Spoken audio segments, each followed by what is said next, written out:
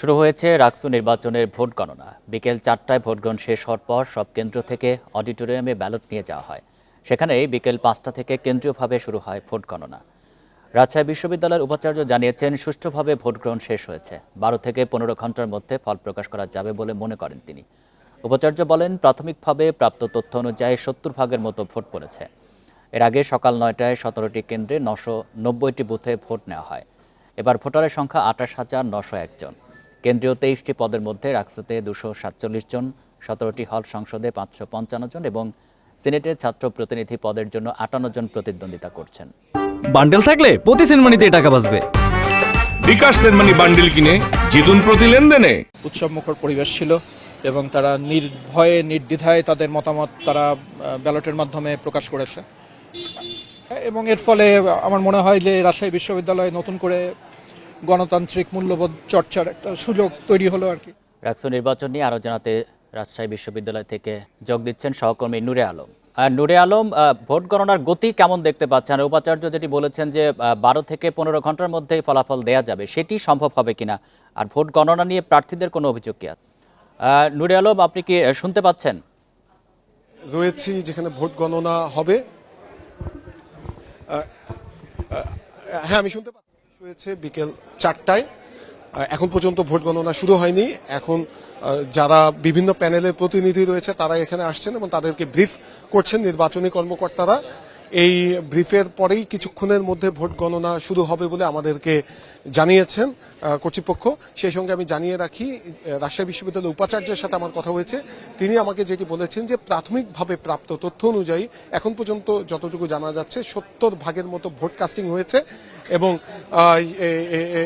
এই ভোটের গণনা শেষে ফলাফল দিতে ১২ থেকে ১৫ ঘন্টার মতো সময় লেগে যাবে বলে বিশ্ববিদ্যালয়ের উপাচার্য আমাদেরকে জানিয়েছেন। আমরা সকাল থেকে দেখেছি যে ভোটারদের উপচে পড়া ভিড়, ভোটাররা দীর্ঘ সময় লাইনে দাঁড়িয়ে তারপরে ভোট দিচ্ছে এবং শিক্ষার্থীরা যেটি বলছেন যে একদম সুষ্ঠুভাবে ভোট সম্পন্ন হয়েছে এবং তারা ভোট দিতে পেরে দীর্ঘ ৩৫ বছর পরে রাকসু নির্বাচন অনুষ্ঠিত হয়েছে। দীর্ঘ ৩৫ বছর পরে রাকসু নির্বাচনে তারা ভোট দিতে পেরে তারা খুবই সন্তুষ্ট, তারা খুবই আনন্দিত এবং এই যে রাকসু নির্বাচনের যে ধারা, সেই ধারা আগামী দিনেও বজায় থাকুক, নিয়মিতভাবে ছাত্র সংসদ নির্বাচনগুলো অনুষ্ঠিত হোক, এমনটাই প্রত্যাশা তাদের। তবে ছাত্রদল এবং ছাত্র শিবিরের পক্ষ থেকে পাল্টাপাল্টি অভিযোগ করা হয়েছে, যদিও বা সেই অভিযোগগুলো খুব বেশি গুরুতর নয়। ছাত্রদলের পক্ষ থেকে বলা হয়েছে যে ১০০-র মতো ব্যালট পেপারে সাইন করা ছিল, প্রিজাইডিং অফিসারের সাইন করা ছিল। এটি নিয়ে তারা অভিযোগ করেছেন। আর ছাত্র শিবিরের পক্ষ থেকে অভিযোগ করা হয়েছে যে ছাত্রদল ভোট কেন্দ্রগুলোকে প্রভাবিত করার চেষ্টা করছে। যদিও বা এসবের প্রতিফলন নিয়ে শিক্ষার্থীরা বলছেন যে তারা সুষ্ঠুভাবে ভোট দিয়েছেন, এখন পর্যন্ত ভোট নিয়ে শিক্ষার্থীদের কাছ থেকে কোনো অভিযোগ নেই। আর ভোট গণনা শুরু হওয়ার পরে ১২ থেকে ১৫ ঘন্টা সময় লাগবে এই ফলাফল ঘোষণা করতে। সেই সঙ্গে আরেকটি তথ্য জানিয়ে রাখি, রাজশাহী বিশ্ববিদ্যালয়ে নানা সমস্যায় জর্জরিত। বিশ্ববিদ্যালয়ে আবাসিক সংকট রয়েছে, বিশ্ববিদ্যালয় গ্রন্থাগার সংকট রয়েছে। শিক্ষার্থীরা বলছেন যারা নির্বাচিত হবেন তারা এই সংকট দূর করতে মুখ্য ভূমিকা পালন করবেন।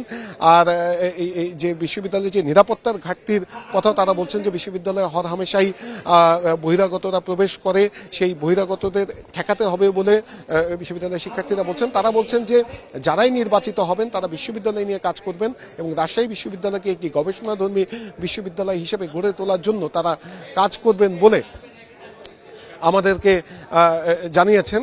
আর সেই সঙ্গে প্রার্থীরাও নানা ধরনের ইশতেহার দিয়েছেন বিশ্ববিদ্যালয়ের উন্নয়নের জন্য, তারাও কাজ করবেন প্রার্থীরাও বলছেন। কিন্তু শিক্ষার্থীরা বলছেন শুধুমাত্র প্রতিশ্রুতি নয়, এর বাস্তবায়ন শিক্ষার্থীরা দেখতে চান। সব মিলিয়ে বলা চলে যে সুষ্ঠুভাবে এই ভোট অনুষ্ঠিত হচ্ছে এবং পুরো বিশ্ববিদ্যালয় এলাকা নিরাপত্তার চাদরে মুড়িয়ে দেয়া। পুলিশই শুধু নয়, কোয়ার্টের সদস্যরাও রয়েছে, যেখান থেকে যে কেন্দ্রগুলো থেকে যখন এই ব্যালট বাক্স নিয়ে আসা হয়েছে, পুলিশ কর্ডন করে সেই ব্যালট বাক্সগুলো বিশ্ববিদ্যালয় অডিটোরিয়ামে নিয়ে আসা হয়েছে এবং এখানেই ভোট গণনা কিছুক্ষণের মধ্যে শুরু হবে। ভোট গণনা শেষে তারপরে ফল প্রকাশ করা হবে। রাজশাহী বিশ্ববিদ্যালয় থেকে জানাচ্ছেন সহকর্মী নূরে আলম।